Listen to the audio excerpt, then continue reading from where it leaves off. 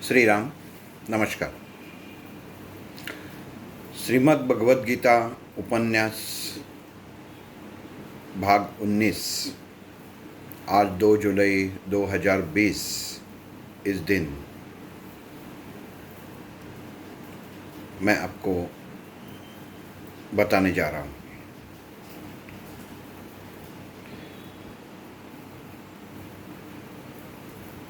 अर्जुन विषाद योग और सांख्य योग, ये दो योग जिनके बारे में आज तक पहले जो अपने भाग हुए उसमें चर्चा हुई।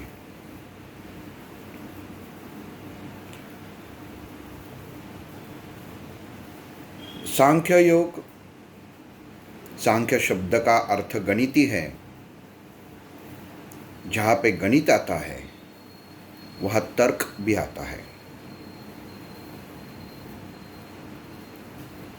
भगवान श्री कृष्ण ने पार्थ अर्जुन को ये सांख्य योग में बुद्धि के बारे में, आत्मा के बारे में, जीवात्मा के बारे में, परमात्मा के बारे में,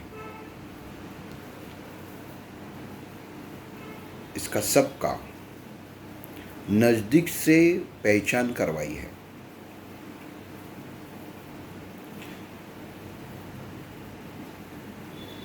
जो इंद्रिय भगवान ने ही इंसान को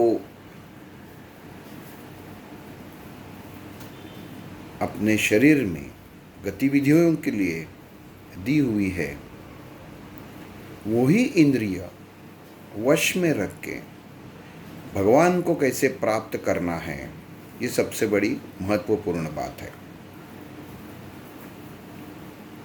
पिछले एक भाग में मैंने बताया था कि हर आदमी को मोह हो जाता है। हर आदमी में मोह रहता ही है, लेकिन वो मोह जब ज़्यादा बढ़ जाता है तो वही इंसान वही मोह पाश में बदल जाता है। उसे मोहपाश कहते हैं।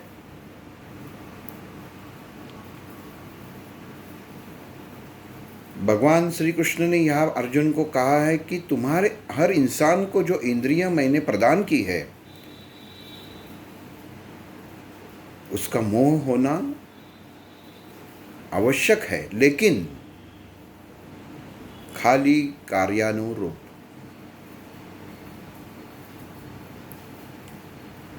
इंसान वही इंद्रियों के अधीन हो जाता है, और जब अधीन हो जाता है तो वो पाश में अटकता है, मोह पाश में अटकता है, और उसके मन में मद, मोह, मत्सर, माया, अहंकार, ये सब जागृत हो जाता है।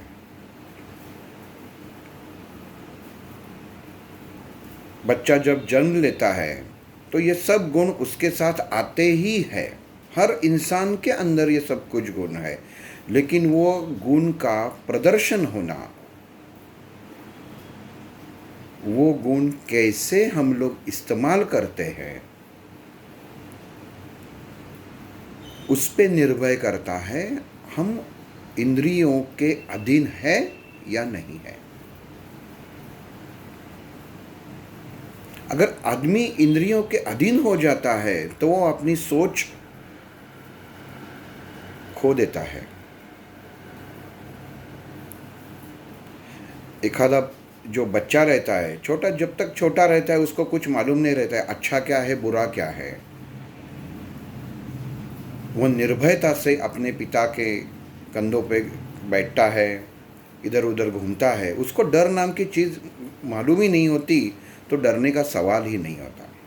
लेकिन जिस दिन उसकी बुद्धि काम करने लगती है और उसको ये पता चलता है कि मैं जहाँ पे बैठा हूँ मेरे पिताजी के कंधों पे, वहाँ से अगर मैं गिर जाता हूँ तो मुझे चोट पहुँच सकती है, डर पैदा हो गया। डर की उत्पत्ति ऐसे ही होती है। लेकिन भगवान श्री कृष्ण अर्जुन को कहते हैं, हे पार्थ, तुम मुझ में शामिल हो जाओ तो तुम्हें डरने का ही जरूरत नहीं है। तो डर किस बात का? तुम्हारा अच्छा, तुम्हारा बुरा, सब कुछ मैं देखूंगा, तुम केवल मुझ में शामिल हो जाओ।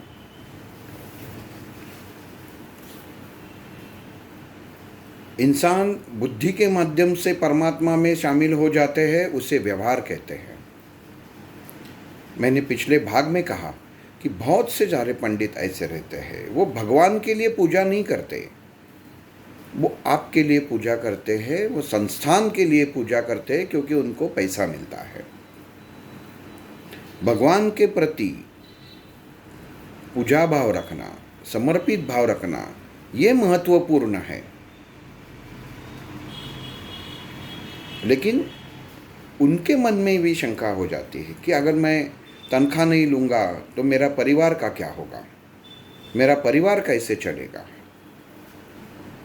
तो ये वैसे ही बात हो गई, कोई आदमी बाहर नौकरी करता है तो उसके मन में जो सवाल उठता है कि ये जो नौकरी है, मैं जो कुछ भी काम करता हूँ, अच्छा हो बुरा हो, वो भगवान स्वरूप ही है कि जिससे मुझे पैसा मिलता है, जिससे मेरा परिवार का 2 वक्त का खाना होता है। तो वो आदमी की सोच गलत नहीं है, लेकिन सही भी नहीं है। अगर आप भगवान के प्रति पूरा समर्पण करते हो तो आपको चिंतित होने की या चिंतित रहने की आवश्यकता ही नहीं है। यहाँ पे केवल रह जाता है भरोसा। अपने स्वार्थ के लिए भी हर इंसान में बसा हुआ उसका मन, उसके विचार सद्गुरु के प्रति भी जब भी प्रकट होते हैं, वो खुद के स्वार्थ के लिए प्रकट हो जाते हैं। बहुत बार ऐसा हो जाता है कि सद्गुरु मुझे पास रखे, सद्गुरु मुझे पास रखे। ये विचार मन में प्रकट होना, ये भी एक प्रकार का मोह है। एक बार अगर सद्गुरु ने आपको कह दिया कि तुम मेरे हो, तो बाद में उसे हर रोज पूछने की जरूरत नहीं है। पूछता वही है जो गलत काम करता है, गलत सोच करता है, जिससे डर रहता है। तो एक बार आप भगवान के हो गए तो आपको वापस पूछने का जरूरत ही नहीं है।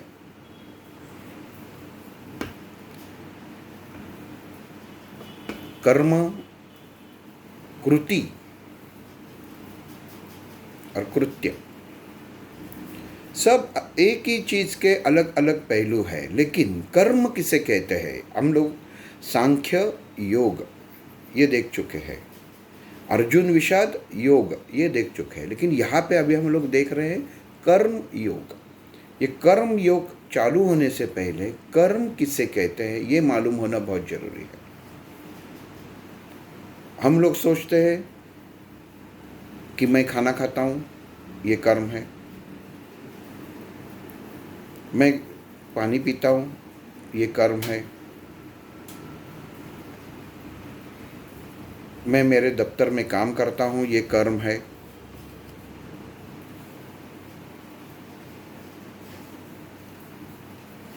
लेकिन ये मालूम होना बहुत ज़रूरी है कि जो आप काम करते हैं वो भगवान के लिए करते हैं या किसके लिए करते हैं।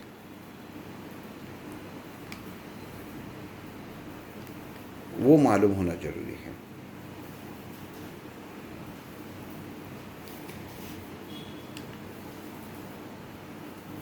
कर्मयोग, ये 2 शब्द है जो एक में किया है। कर्म जिसका योग के साथ मिलना।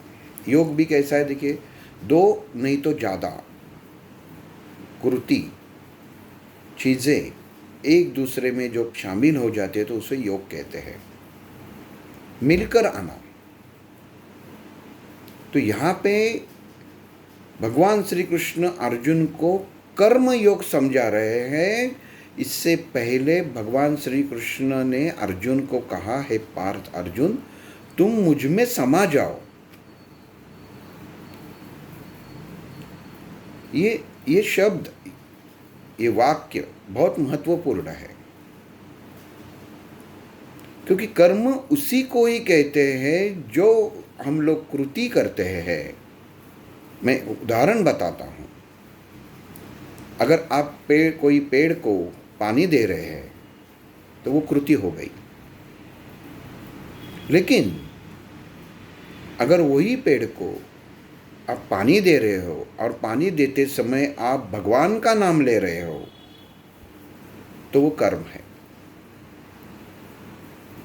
भगवान के प्रति जो अपने मन का भाव प्रकट होता है, जो सत्य के लिए भाव प्रकट होता है, जो धर्म के अनुसार कृति होती है, उसे ही कर्म कहते हैं।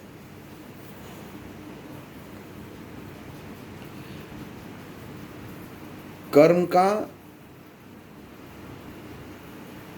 कहना खाली कृति नहीं है कि मैंने खाना खाया, ये कर्म नहीं है। मैंने खाना खाया लेकिन भगवान का नाम लेके खाना खाया।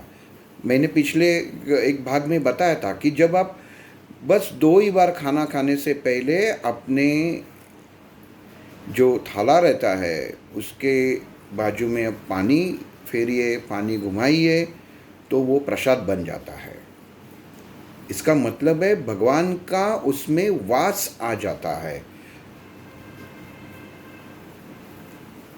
तो आदमी का कर्म ही बदलता है। पहले खाना था, कृति थी। अब भगवान का नाम लेके आपने वो खाना खाया है, वो प्रसाद है, वो कर्म हो गया है।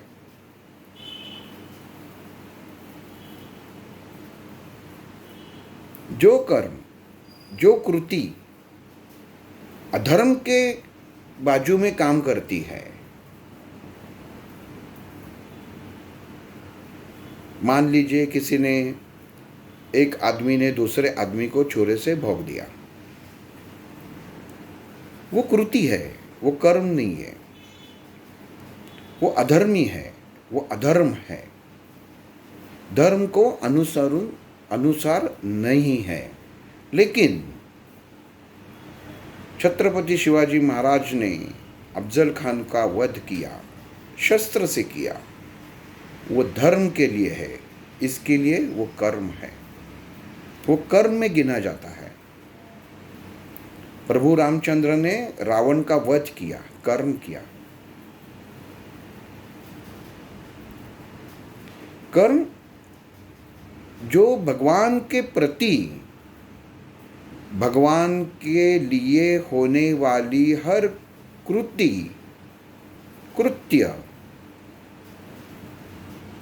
इंसान करता है, उसे ही कर्म कहते हैं। और यही कृत्य, यही इंसान का समर्पण भाव जब भगवान में, वो परमात्मा में मिल जाता है और 2 चीज़ें एक रूप हो जाती है, उसे योग कहते हैं।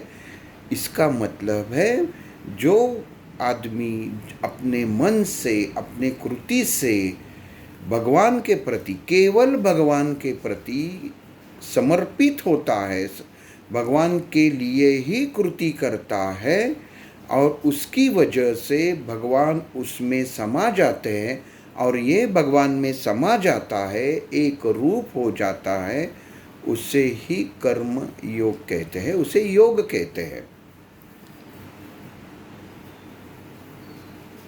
सद्गुरु को मिलना, गुरु का मिलना, ये भी योग है, लेकिन कर्म योग नहीं है। कर्म योग केवल परमात्मा में आपको समर्पित करना है, जो परमात्मा को ही समर्पित होता है। अभी हर बार अलग अलग से धर्म को ही परमात्मा दूसरी बाजू कहते हैं, मैं बताऊंगा नहीं। जो कृत्य धार्मिक है, धर्म के अनुसार है, धर्म ने उसे अनुमति दी है, मान्यता दी है, उसे ही कर्म कहते हैं। आज जो बीमारी फैल रही है, इतने सारे वैद्य लोग, इतने सारे डॉक्टर्स, नर्स काम कर रहे हैं, ये धर्म के लिए काम कर रहे हैं। वो रुग्ण में, वो पेशेंट में वो ईश्वर को देखते हैं और वही ईश्वर को साक्षी रख के उनकी सेवा करते हैं। ये कर्म हुआ।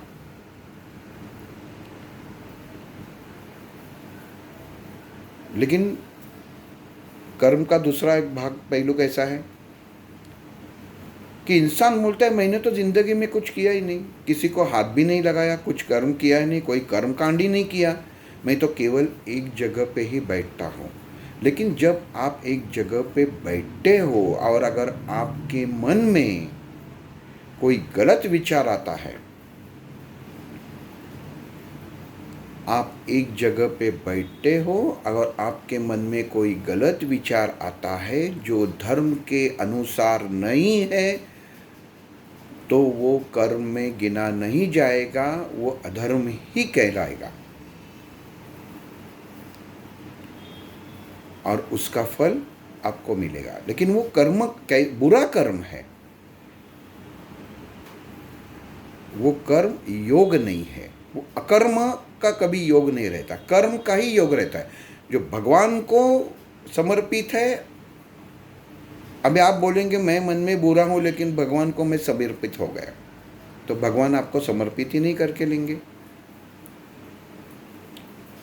परमात्मा जानते हैं आपके मन की अवस्था क्या है, आपकी कृति की अवस्था क्या है, आप किस वजह से मेरी सेवा कर रहे हैं, ये परमात्मा तो जानता ही है, तो वो पक्का करता है कि जो मेरे सामने मेरा भक्त कहता है, भक्त कह के भी मेरी सेवा करता है, वो असल में भक्त है या नहीं है। अगर सच में भक्त है, भगवान ने, परमात्मा ने उसे स्वीकार किया है, तो ही उसका फल मिलेगा।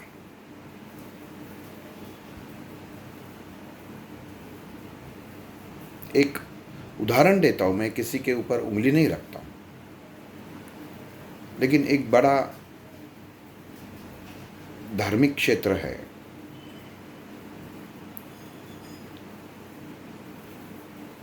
और वहाँ पे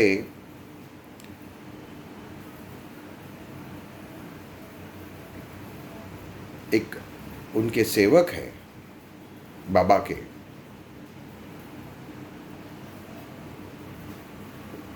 पूना के नज़दीक शिरडी संस्थान है, वहाँ के एक सेवक है, नाम बताऊंगा नहीं। बहुत सालों से उन्होंने बाबा की सेवा की है, हर पल मंदिर में रहते हैं। और एक ये दरअसल ये 3-4 साल पहले की बात है, तो उनका अड़चन ये थी उनकी कि उनकी बेटी की शादी नहीं हो रही थी।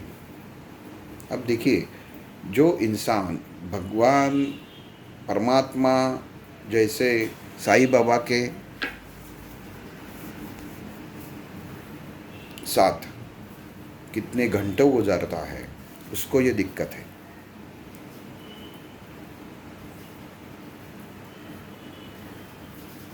फिर किसी की पहचान से वो पूना में आए, मेरी मुलाकात हो गई, मैंने हमारे गुरुजी को प्रति उनका प्रश्न रखा, तो उन्होंने उनको कहा कि आप जेब में से 1200 रुपये निकाल के बाजू में रख दो, आपकी बेटी की शादी हो जाएगी।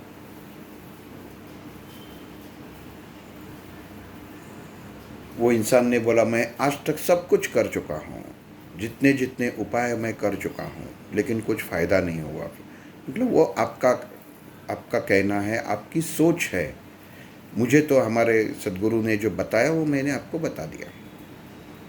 बोला ठीक है, वो चले गए। उन्होंने विश्वास रख के 1200 रुपये बाजू में रख दिए।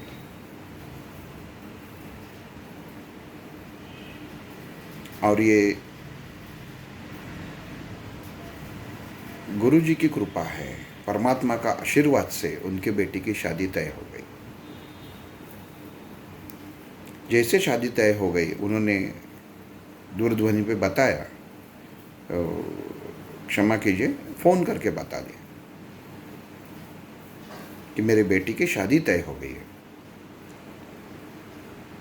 अब मुझे क्या करना है? अब मुझे इतना बता दीजिए कि ये 1200 रुपये बाजू में रख के ये कैसे हो गया, ताकि मैं इससे 12,000 के ऊपर पैसा खर्च कर चुका हूँ। ये शांति करो, वो शांति करो, ये दोष, ये पत्रिका दोष।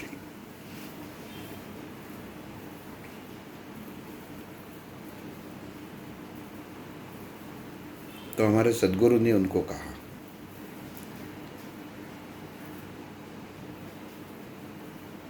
कि सेवा करते समय कुछ साल पहले किसी दूसरे भक्त ने रखे हुए 12 रुपए आपने अपने जेब में रखे थे।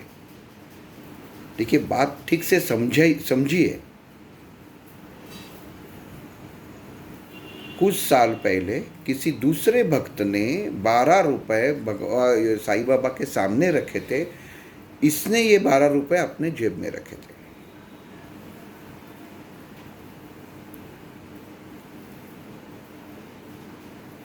इसका कहने का मतलब है, अभी वो 12 रुपए के ब्याज से पकड़ के, शायद, ये मेरा कहना नहीं है क्योंकि मैं कुछ नहीं करता, मेरे सद्गुरु ही जो बताते मैं वो सामने वाले को बताता हूँ, ब्याज पकड़ के 1200 रुपये हुआ रहेगा। तो जिनसे लिए थे उनको वापस दे दिया। अभी आप सोचेंगे साईं बाबा को 1200 रुपये की क्या ज़रूरत है? वो सवाल 12 रुपये का नहीं था, वो श्रद्धा का था। उसने जिस श्रद्धालु ने श्रद्धा के साथ वो दिया था, वो श्रद्धा ये बंदे ने बीच में निकाल ली।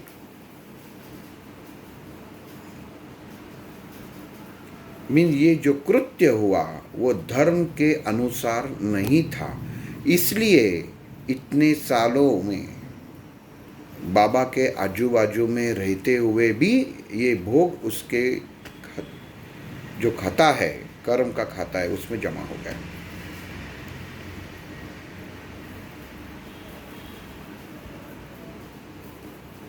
हम लोग सोचते हैं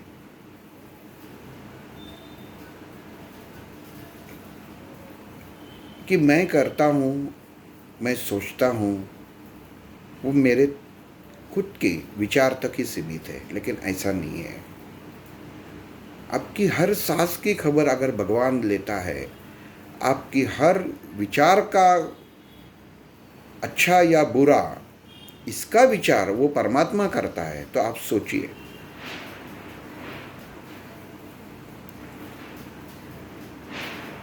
कर्म कैसा होना चाहिए।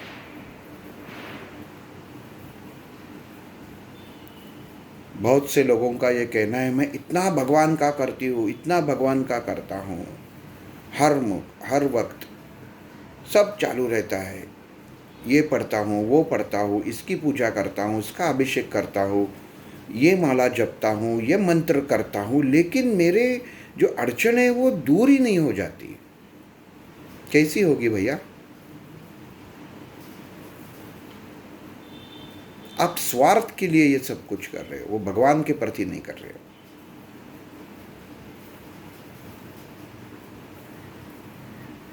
अगर आपने बचपन में जो किताबें आप जो पाठशाला में पढ़ते हैं, वो किताब पढ़ने के बाद आपके ध्यान में वो जन्म भर तक रहता है, लेकिन आप जो पोथी पढ़ते हो, आप जो ग्रंथ पढ़ते हो, कितने लोगों को वो ग्रंथ हमेशा कभी भी पूछो याद रहता है? कि उसकी कोई पंक्ति बताओ तो याद रहता है? अगर पाठशाला में पढ़ा हुआ किताब याद रहता है तो ये भी याद रहना चाहिए। तो क्यों नहीं रहता? क्योंकि जो भगवान के प्रति जो भाव है वो पूरा समर्पित भाव नहीं है। कर्म जो होता है, जिसको आप बोलते हैं, भगवान के प्रति चलने वाला हर कदम भगवान तक पहुंचता ही नहीं है। और जब भगवान का दरवाजा ही नहीं खुलेगा तो आप बाहर से बैठ के कितना भी उसको आवाज दो। आप भले अभी बहुत सारे लोग, मुझे एक हंसी आती है कि अंगूठे में कितने जप हुआ, कितना मंत्र हुआ, उसकी गिनती होती है। और बोलते हैं मैंने आज 30,000 जप किया, मैंने आज 29,000 जप किया। भगवान बोलता है आपको मैंने आज तुम्हारे लिए इतनी सांस ली? अरे आप तो सांस ले नहीं सकते, आप खाली छोड़ सकते हैं। तो भगवान ने आपको हिसाब कभी बताया तो आप क्यों बता रहे हैं? उसने कहा बताया कि आप 30,000 करो, आप 25,000 करो। वो तो चाहता ही नहीं है। उसका कहना और उसका चाहना एक है कि आप उसे समर्पित हो जाओ। जो कृति होनी चाहिए वो नहीं होती, जो नहीं चाहिए उसके पीछे इंसान दौड़ता है, खुद के स्वार्थ के लिए, दिखावा के लिए, दिखावा दिखाने के लिए। क्या फायदा? आप 4 घंटे बैठो, 5 घंटे बैठो, नहीं तो दिन भर बैठो, कुछ फर्क नहीं होने वाला। 1 मिनट नहीं, एक पल बैठो खाली भगवान के प्रति, लेकिन भगवान का होके बैठो। लेकिन वही इंसान नहीं करता।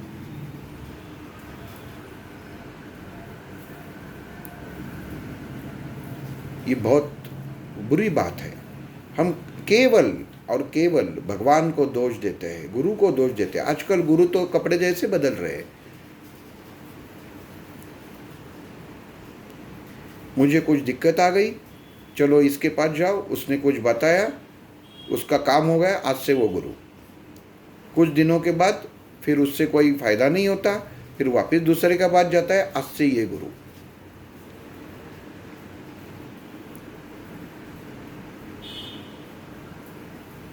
बहुत अजब चीज है ये।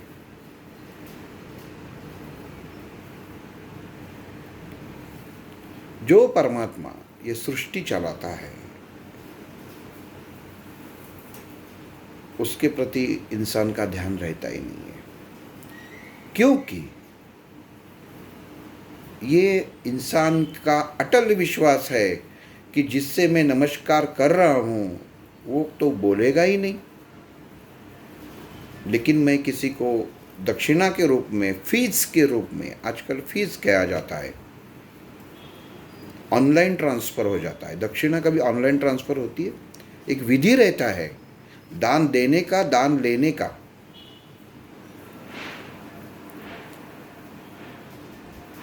पवित्रता कहाँ पे बची ही नहीं है और आप पवित्रता का इंतज़ार कर रहे हो, कैसे होगा?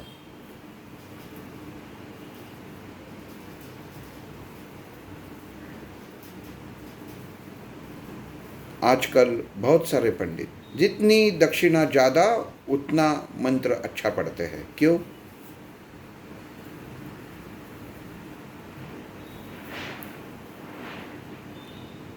एक ने बीच में, एक का यहाँ पे ग्राहक था, मैंने एक का पता दे दिया तो उसने बताया इतना 12-14 हज़ार में। इतना खर्चा कैसे आता है? नहीं वो अभी सब महंगा हो गया है ना। तो ठीक है, ये सामग्री महंगा हो गए। फिर नहीं, मेरा भी दक्षिणा अभी बढ़ गया है। क्यों? नहीं, अभी बहुत कुछ घर लिया है, गाड़ी लिया है, उसका भी हफ्ते रहते हैं ना। तो इसका मतलब क्या हुआ? आपकी पवित्रता कहाँ गई? आप ये धंधा कर रहे हैं, ये स्वार्थ के लिए भगवान को आप सामने खड़ा कर रहे हैं। मैं ये सब इसके लिए बता रहा हूँ कि कर्म योग में केवल वही चीज़ है जो भगवान को पूरी तरह से समर्पित हो। ये कोई भी चीज़ें भगवान को समर्पित नहीं है, भगवान लेगा ही नहीं, देखता भी नहीं है।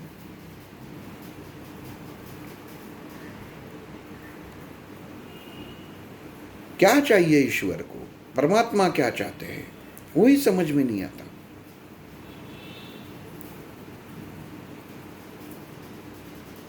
भगवान श्री कृष्ण ने अर्जुन को कहा इंद्रियों को वश में रखो और मेरे हो जाओ। फिर भी अर्जुन के मन में प्रश्न है, मैं तुम्हारा हो जाता हूं तो कर्म करने की जरूरत ही क्या है?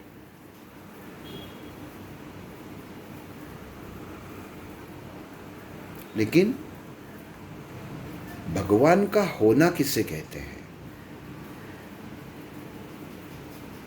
क्यों चाहते हैं भगवान श्री कृष्ण कि ये पार्थ अर्जुन मुझ में समा जाए और समा जाने के बाद ये युद्ध करे?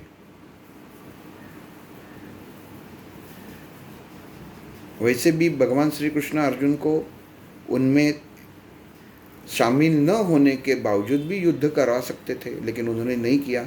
उन्होंने क्या कहा? मुझे समर्पित हो जाओ।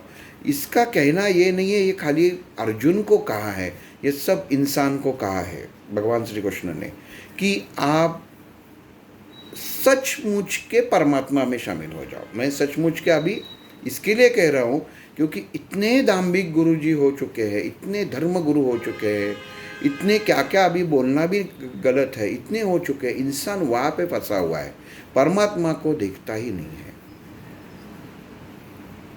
और इनमें फंसे होने की वजह से वो परमात्मा तक पहुँचता ही नहीं है। इसके लिए शायद ये कोरोना है। अब भगवान ने खुद को बंद करके रखा है कि भाइयों आप देख लो बाहर, तुम्हारे इसमें कोई, तुमको दृष्टि आनी चाहिए। आंखें सबको रहती है लेकिन दृष्टि नहीं रहती। आदमी का दृष्टिकोण बदलना जरूरी है।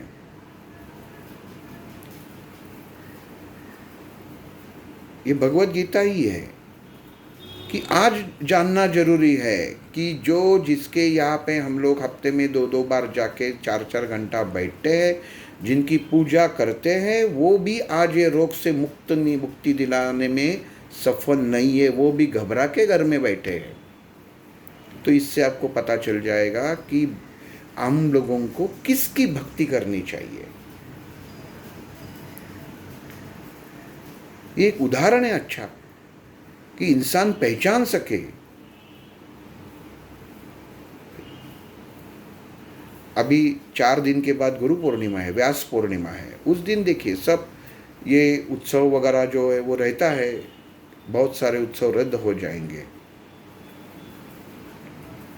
लेकिन एक मेरी विनती है कि अगर आप सचमुच गुरु बन के किसी का नमस्कार स्वीकार करते हो तो वो जो नमस्कार करता है उसने अपने सद्गुरु को पूछना चाहिए कि ये जो बीमारी है वो कब जाएंगी। अगर वो सद्गुरु बताता है कब जाएंगी तो मान लीजिए ये कुछ तो परमात्मा का अंश है। कोई भी गुरु, कोई भी सद्गुरु पैसा मांगता नहीं है। ये इंसान के समझ में ही नहीं आता। कर्म योग खाली कर्म क्या है, कर्म क्या है, ये समझाने में अपने आगे के 2-3 भाग जाएंगे। कर्म समझना बहुत जरूरी है। कोई तीर्थ क्षेत्र में गए 501 रुपए का अभिषेक किया तो ये कर्म नहीं है। आपने अन्नदान किया है, ये कर्म नहीं है। आपका भाव ईश्वर के प्रति कितना है वो कर्म है। आपका समर्पण कितना है वो कर्म है। यही कर्म के बारे में अगला विवरण कल जारी रखेंगे। श्री राम।